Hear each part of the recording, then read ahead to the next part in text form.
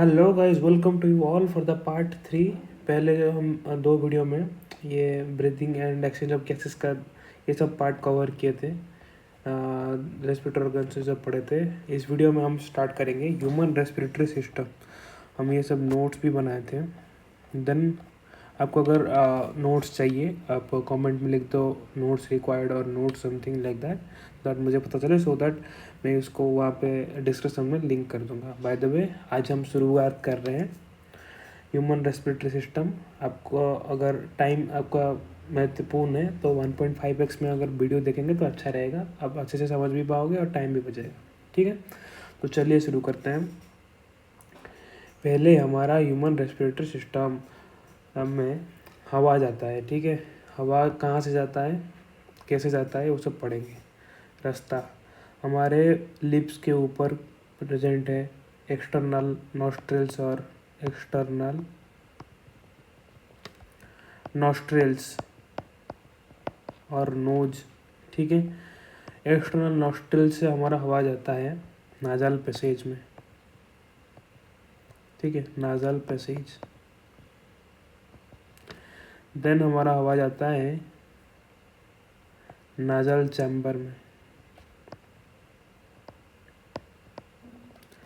Then हमारा हवा जाता है नाजल चैम्बर से कहाँ, फेरिंग्स में। आपको अच्छे से एक्सप्लेन किया जाएगा, पहले हमें लिख देते हैं, ये थोड़ा एक बार देख लो अच्छे से। ठीक है, हमारा हवा जाता है फेरिंग्स में। फेरिंग्स से हवा जाता है हमारा लैरिंग्स में। लैरिंग्स लैरिंग्स से हवा जाता है हमारा ट्रैकिया में। ट्रैकिया से हमारा हवा जाता है primary bronchi. Then secondary bronchi. Then tertiary bronchi.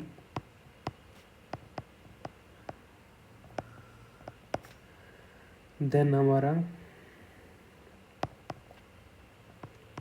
Initial bronchioles.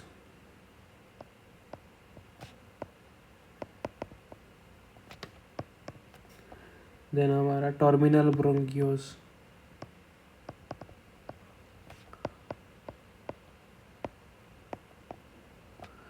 Then हमारा जाता है अल्वियोलर डक्ट।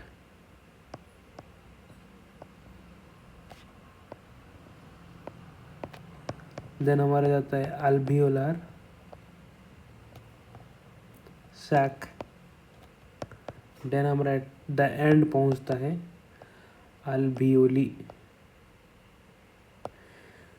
ठीक है, देन हमारा जाता है अल्वियोली।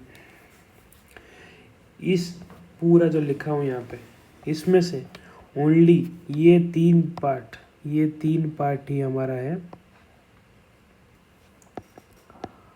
Conducting zone. सॉरी, ये तीन पार्ट कंडक्टिंग नहीं है, ये तीन पार्ट हमारा है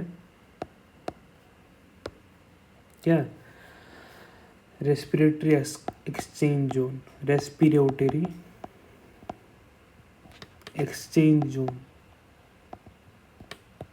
यहाँ पे क्या होता है, एक्सचेंज होता है। एक्सचेंज मैंने पहले बता दिया, एक्सचेंज ऑफ गैसेस होता है पहले हमारे लंग से ब्लड तक, तो वो यही होता है alveolar duct, alveolar sac and alveoli. यहाँ पे होता है exchange of gases, so that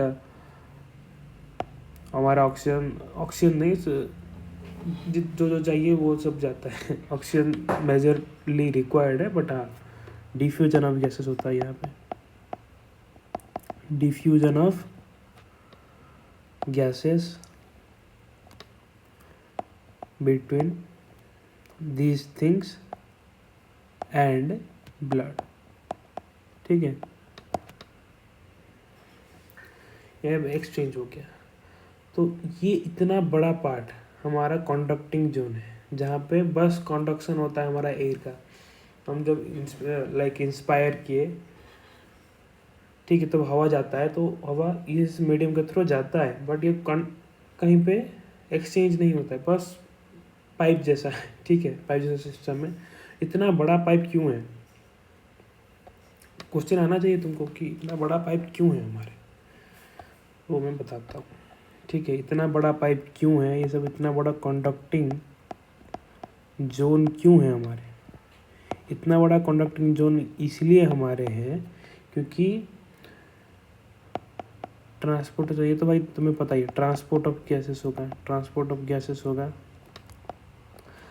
main क्या है हमारा, जो टेम्परेचर बाहर का जो गैसेस का टेम्परेचर, वो हमारा बॉडी टेम्परेचर का मैच नहीं है, ठीक है।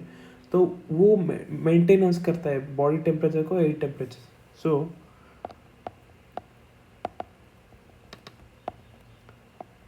brings the temperature according to the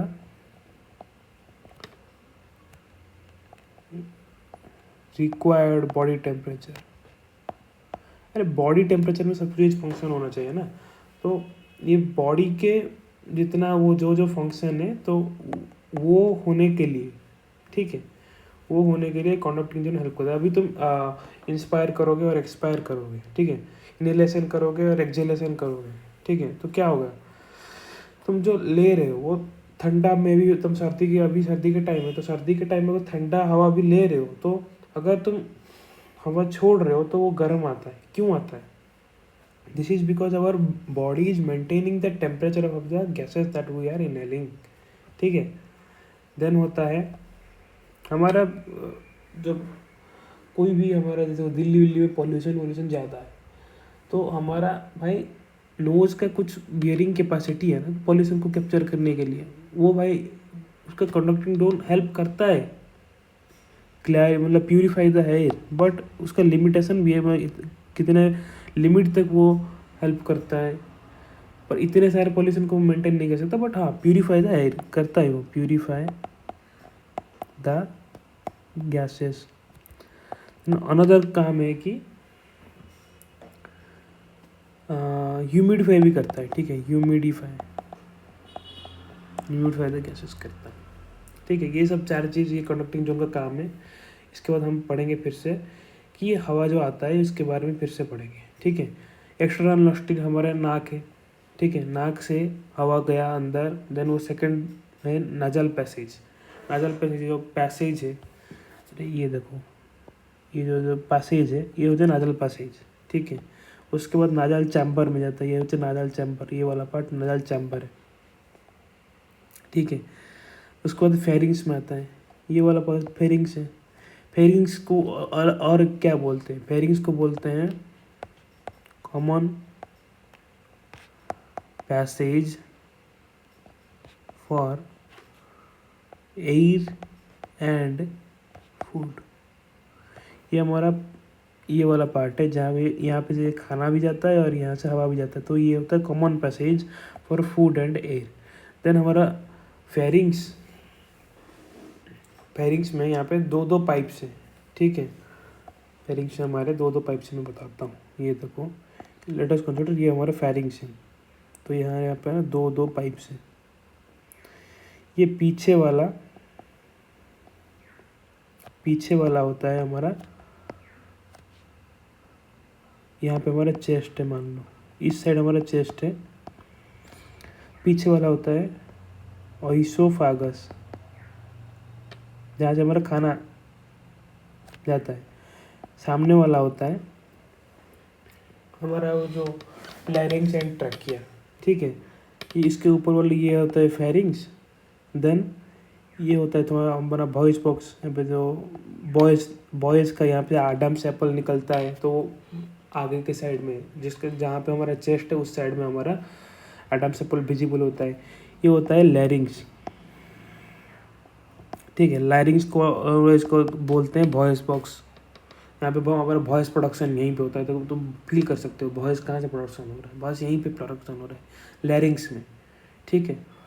तो हवा यहाँ से जाता है लैरिंग्स में, ये लैरिंग्स के ऊपर वाला पार्ट, ठीक है। हम यहाँ से खाना भी जा रहा है, इधर से एयर भी जा रहा है, तो भाई हमारा खाना तो हम कभी कभी खाएंगे, पर ये हमारा फूड पाइप हमेशा हमें मतलब फूड पाइप बोल रहा हूँ, हमारा ट्रैकिया हमेशा यूज़फुल रहता है, ठीक है, क्योंकि हम 12 से 16 बार ब्रीदिंग करते हैं पर मिनट। तो इसके ओपनिंग को, ये जो लैरिंग्स के ऊपर ओपनिंग ऑफ लैरिंग्स, ओपनिंग को बोलते हैं क्या, ग्लॉटिस। उस वजह से ये इसका ओपनिंग बोलते हैं गलेट, ठीक है। ग्लॉटिस के ऊपर एक कार्टिलेजिनस फ्लैप रहता है, मतलब ये मान लो लैरिंग्स एंड ट्रैकिया इधर है, तो इसके ऊपर है कार्टिलेजिनस फ्लैप रहता है जो कि इसको कवर करता है, इसको बोलते हैं एपिग्लॉटिस, ठीक है। लैरिंग्स के ऊपर एक वो ओपनिंग को बोलते हैं ग्लॉटिस, उसके ऊपर एक कार्टिलेजिनस फ्लैप होता है, उसको बोलते हैं एपिग्लॉटिस। ये हमारे प्रोटेक्शन देता है कि खाने के टाइम पे खाना इधर से मत जाओ। तो अगर हम बात करते करते हम खाना खा रहे हैं तो भाई ये प्रॉब्लम हो सकता है कि वो हमारे विंड पाइप में घुस जाए वो खाना, तो इसीलिए नहीं बात करते हैं। देन हमारे एपिग्लोटिस होता है, गॉलेट के ऊपर होता है एपिग्लोटिस, सॉरी ग्लोटिस के ऊपर जो कार्टिलेजिनस फ्लैप रहता है वो उसको एपिग्लोटिस बोलते हैं, गॉलेट बोलते हैं। और इसोफेगस वो हम पढ़ेंगे डाइजेशन वाइजेशन में, वो अभी हमारे एनसीईआरटी में है नहीं, तो उसको बाद में देखेंगे, ठीक है। ये समझ में आ गया। देन लैरिंग्स के नीचे, लैरिंग्स वॉइस बॉक्स, लैरिंग्स के ऊपर कार्टिलेजिनस फ्लैप रहता है एपिग्लोटिस, क्योंकि वो गॉलेट को कवर करता है, इसको गॉलेट को कवर करता है इसीलिए उसका नाम एपिग्लोटिस है। देन हमारा लैरिंग्स खत्म हो गया, वॉइस बॉक्स खत्म हो गया, देन आया हमारा हवा ट्रैकिया में, ठीक है। Trachea and primary secondary tertiary Broncos, initial terminal bronchus, ये सब में ना एक बढ़िया सा चीज़ तुम्हें देखने को मिलेगा। ये सब चीज़ में तुम्हें एक incomplete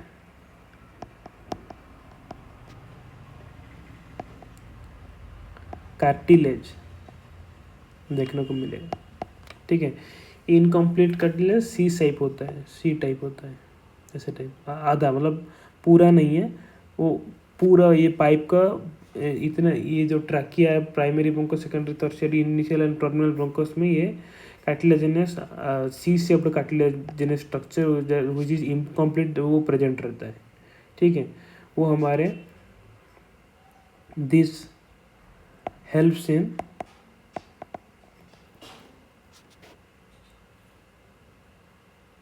protecting our structures from collapsing।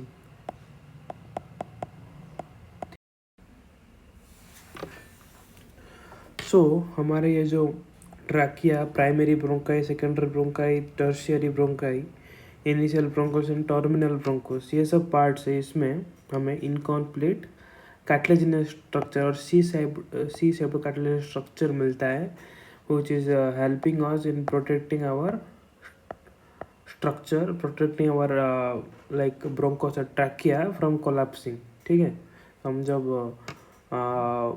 Like बहुत ज़्यादा ब्रीदिंग करते हैं तो वहाँ पे हमारा कोलैप्स होने का चांसेस रहता है, तो ये कार्टिलेजिनस स्ट्रक्चर हमें बचाता है कोलैप्स ना होने के लिए, ठीक है। देन हम एनसीईआरटी रीड करेंगे, अंडरस्टैंड करेंगे इसने क्या क्या मेंशन किया गया है। देन हाँ, हमने पढ़ा था कि एक्सटर्नल नॉस्ट्रल पहले आता है, या एनसीईआरटी में मेंशन है, we have a pair of external nostrils, ये कंप्लीट हो गया। Opening out above the upper lips, हाँ लिप्स के ऊपर हमारे प्रेजेंट होते हैं, यहाँ पे हमें नोटिस किया ही होगा, ठीक है। देन इट लीड्स टू, पहले होता है एक्सटर्नल नोस्ट्रिल्स, देन होता है it leads to our nasal chamber, mention किया नाजल चैम्बर, यस यहाँ पे it leads to nasal chamber through nasal passage, ठीक है ना, एक्सटर्नल नोस्ट्रल से नाजल पैसेज होके नाजल चैम्बर में पहुँचता है, यहाँ पे मेंशन किया गया है। यहाँ पे मेंशन करता हूँ 1, यहाँ पे 2, यहाँ पे 3, ठीक है। Then nasal chambers open to the pharynx, pharynx 4 है। Then a portion which is common for the food and air, हमने मेंशन किया है common passage for food and air, ठीक है। And the pharynx open through larynx region into the trachea. Pharynx के बाद लैरिंग्स होता है, उसके बाद ट्रैकिया आता है। लैरिंग्स होता है हमारा वॉइस बॉक्स, ठीक है। Larynx is a cartilaginous box which helps in sound production and it is called sound box. And males में एडल्ट स्टेज में उनका यहाँ पे लैरिंग्स में ही एडम सेपल फॉर्मेशन होता है, साउंड बॉक्स कार्टिलेजिनस स्ट्रक्चर, ठीक है। ड्यूरिंग सैलोइंग ग्लॉटिस, ग्लॉटिस क्या है ये बुक ने बताया नहीं है ग्लॉटिस क्या है, ठीक है। हाँ ये 5 ये 6, ठीक है। हाँ ग्लॉटिस होता है, लैरिंग्स के ओपनिंग होता है ग्लॉटिस, लैरिंग्स का ओपनिंग यहाँ पे मेंशन कर दो तुम खुद ही। ग्लॉटिस होता है लैरिंग्स ओपनिंग, ठीक है। तो which is covered by the thin elastic cartilaginous flap which is called epiglottis to prevent the entry of food into the larynx। हमने यहाँ पे बात किया था कि यहाँ पे फूड भी आता है, यहाँ पे एयर भी आता है, तो फूड यहाँ पे मत घुस जाए, इसीलिए हमारा एपिग्लोटिस प्रेजेंट रहता है, ठीक है। Then trachea is a straight tube extending up to the mid thoracic cavity which divides. हाँ अभी यहाँ पे इम्पोर्टेंट चीज़ है, यहाँ पे इम्पोर्टेंट चीज़ ये है कि देखो trachea is a straight tube extending up to the mid thoracic cavity, mid thoracic cavity which divides at the level of 5th thoracic vertebra. ये इम्पोर्टेंट है, हम बताए थे यहाँ पे एपिग्लोटिस है, यहाँ पे लैरिंग्स है, उसके बाद ट्रैकिया शुरू होता है। ट्रैकिया में ये देखो C shaped cartilaginous structure is present, तो बस चेस्ट के साइड में प्रेजेंट होता है, पीछे की साइड प्रेजेंट नहीं होता है, क्योंकि पीछे की साइड हमारा ओसियोफागस प्रेजेंट होता है, ठीक है।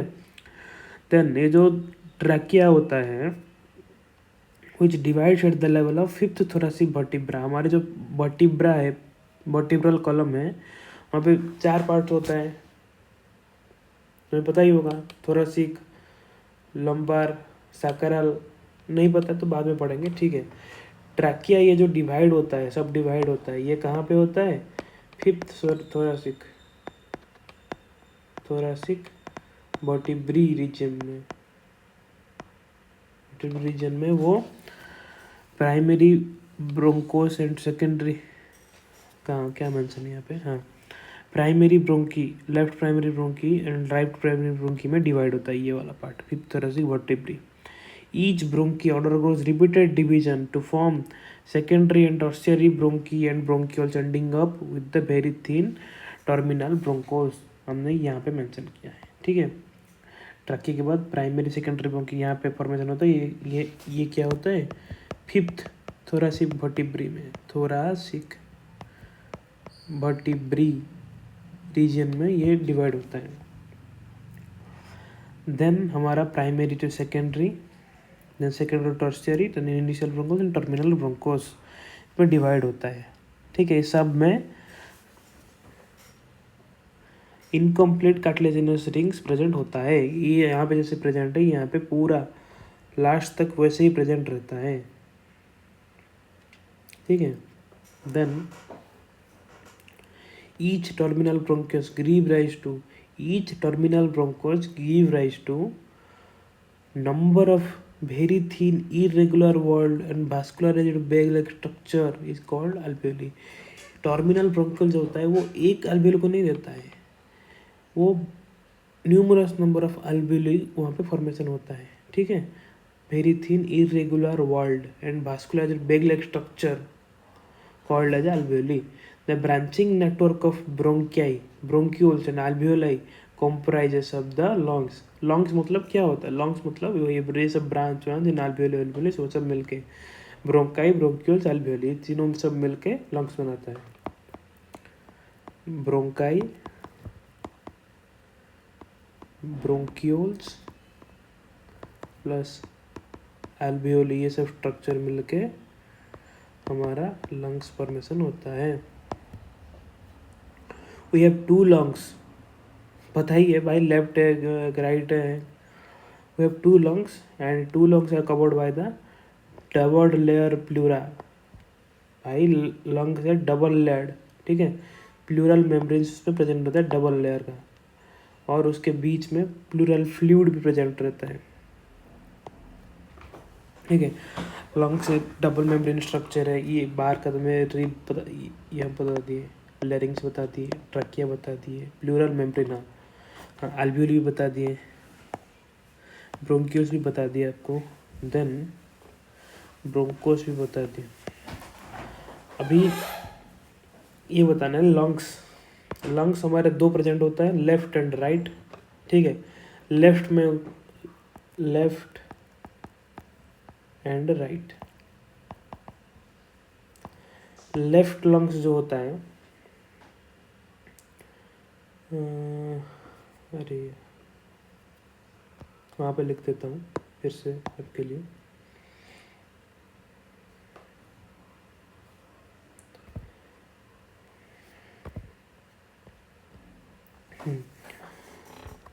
लंग्स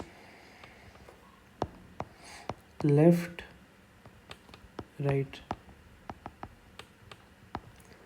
लेफ्ट लंग में तुम्हारा है, लेफ्ट साइड में हमारा हार्ट है, इसीलिए कार्डियक नॉच प्रेजेंट होता है। इसमें कार्डियक नॉच प्रेजेंट नहीं होता है, नो। लेफ्ट में तुम्हारे कार्डियक नॉच रह रहा है तो मतलब लंग्स थोड़ा छोटा हो जाएगा, तो यहाँ पे ओनली 2 लोब्स, मतलब लंग्स डिवाइड होता है लोब्स में। ठीक है, यहाँ पे ओनली 2 ही लोब्स हैं, मतलब अगर लेफ्ट का ऐसे होगा बस 2 ही भाग में डिवाइडेड होगा, तो राइट का 3 लोब्स। ठीक है, राइट का अगर ऐसे प्रेजेंट होगा 1 2 3, ऐसे 3 भाग में डिवाइडेड होगा। ठीक है, एंड लंग्स से double membrane structure, 2 membranes present, एक है आउटर एक है इनर। उनके बीच में हमारा प्लूरल फ्लूइड प्रेजेंट होता है। प्लूरल फ्लूइड का काम क्या है? Reduces friction. अरे हर दिन वो इतना सारा काम करता है तो भाई इतना फ्रिक्शन वो झेल पाएगा नहीं करेगा, हमारा डेटेरिएशन हो जाएगा सेल्स का। तो ये हमारा रेड्यूसेस फ्रिक्शन। ठीक है, इसको याद रखो, इनर एंड आउटर के बीच में प्लूरल फ्लूइड होता है तो रेड्यूसेस फ्रिक्शन करता है। देन हमारा थोरासिक चैम्बर में, तो एनसीईआरटी थोड़ा पढ़ लेते हैं। We have 2 lungs which is covered by the double layered pleura with a pleural fluid between them, which हाँ ये यहाँ पर मेंशन है, it reduces friction on the lung surface. Outer pleural membrane is close contact with the thoracic lining where inner pleural membrane is in contact with the lung surface. देखो ये है तुम्हारे rib bones, तुम्हारे छाती के बाहर ये जो है देखो रिब्स प्रेजेंट है। ठीक है, रिब बोन के पीछे में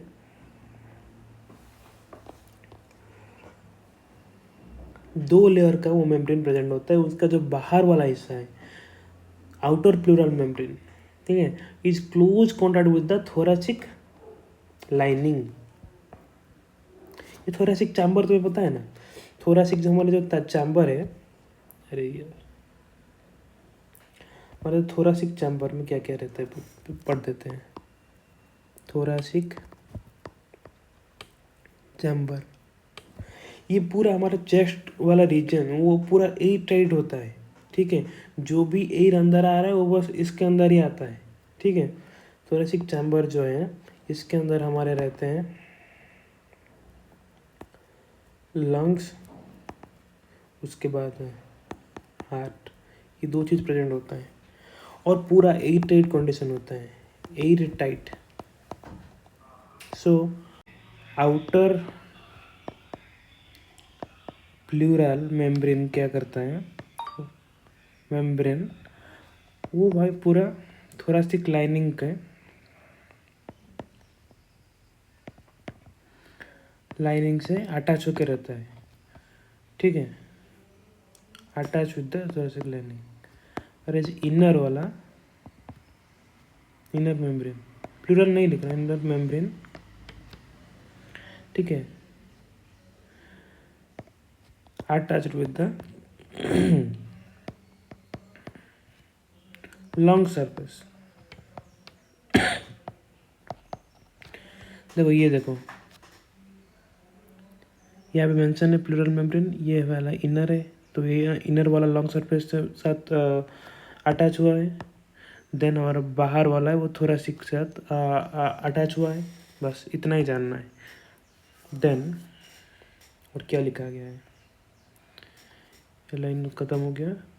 हाँ, the part starting with the external nostrils up to the terminal bronchiole constitute the conducting part. ये तो हम पढ़ लिए ना, कंडक्टिंग पार्ट कौन सा है, पढ़ लिए टर्मिनल ब्रोंक्यूल तक। Where as the alveoli and the ducts form the respiratory और एक्सचेंज पार्ट, ये हम पढ़ लिए हैं यहाँ पे। रेस्पिरेटरी और एक्सचेंज पार्ट, ठीक है, यहाँ पे एक्सचेंज होता है और ये बाकी पूरा कंडक्टिंग वाला होता है। The conducting part transports the atmospheric air to the, भाई कंडक्टिंग पार्ट है तो कंडक्ट करेगा, conducting part transports the atmospheric air to the alveoli and clear sheet from the foreign.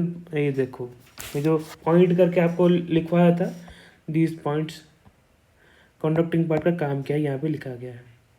Transport करता है यहाँ पे एक पॉइंट। देन हमारा clears sheet from the foreign particles, ये दूसरा पॉइंट। देन ह्यूमिडिफाइज, ये तीसरा point. Then also brings, the चौथा point, also brings the air to the body temperature. चार पॉइंट यहाँ पे लिखा गया है। If you read the book, you cannot identify these points. That is why this type of notes is important for you to study. Okay, then exchange part is the site of actual diffusion of oxygen and carbon dioxide between blood and atmospheric air. Exchange part के अंदर ये these three things will be alveolar duct, alveolar sac and alveoli, ठीक है। Then the lungs are substituted in the lungs are situated in the thoracic chamber, which is anatomically airtight chamber. Mention है anatomically airtight है, जो air आता है that is only coming into the lungs. Okay, then the thoracic chamber is formed dorsally by vertebral column, ठीक है। ये अगर हमारा बॉडी है, हमारा बॉडी है, ये चेस्ट है, तो वर्टिब्रा इधर रहेगा, ठीक है। तो ये चेस्ट वाला पार्ट को हम वेंट्रल बोलेंगे, वेंट्रल बोलेंगे ना। Thoracic chamber is dorsally by vertebral column and ventrally by sternum, ठीक है। ये वेंट्रल पार्ट, ठीक है, ये डॉर्सल पार्ट।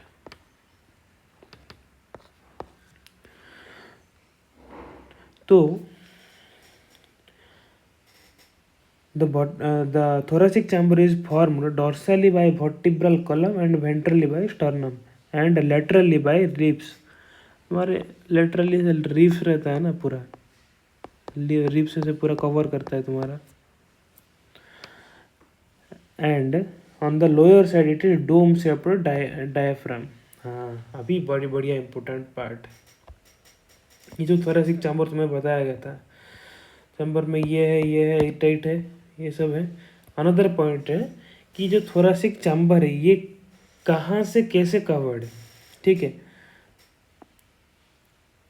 वेंट्रली, वेंट्रली मतलब तुम चेस्ट साइड समझो, चेस्ट साइड। वेंट्रली हमारा है sternum,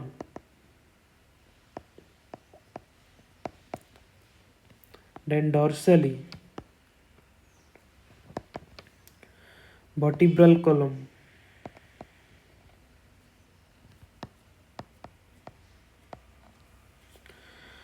then sidewise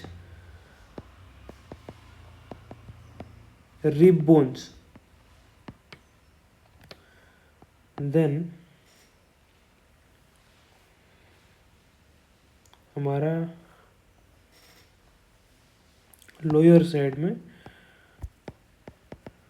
diaphragm,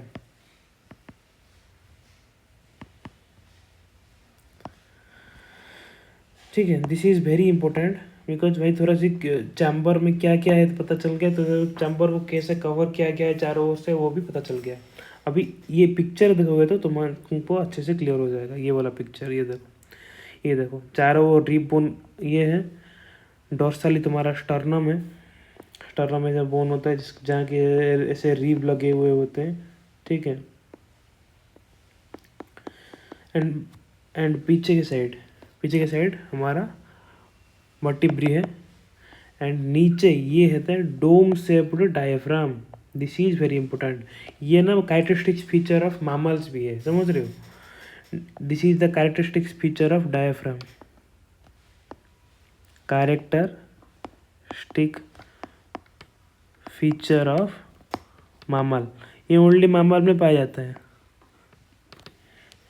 The anatomical setup of lungs in the thorax is such that any change in the volume of the thoracic cavity will be reflected in the lung cavity। मैं आपको बोला था added chamber है, जो भी हवा आएगा जिससे भी वॉल्यूम चेंज होगा वो volume directly related to the our lungs cavity। Okay, such arrangement is essential for the breathing as we cannot directly alter the pulmonary volume। Okay, such arrangement।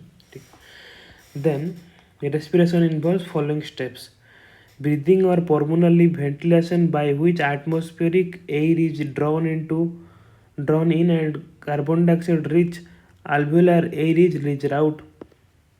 Respiration involves then diffusion of gases of O2 and CO2 across the alveolar membrane। समझ में आ गया। Then क्या होता है, transportation of that gas by the blood to the tissue. उनको बताया था exchange of gases दो जगह में होता है। Then diffusion of O2 and CO2 between bloods and tissues, उनको बोला था। Then utilization of oxygen by the cells for the catabolic reaction as resulted release of CO2। Cellular respiration, ठीक है, सेलुलर रेस्पिरेशन चैप्टर 12 में हम पढ़ेंगे, ठीक है। ये पॉइंट्स हमें आपको बता दिया गया था। एंड नेक्स्ट वीडियो में हम जानेंगे the mechanism of breathing. Thanks for watching.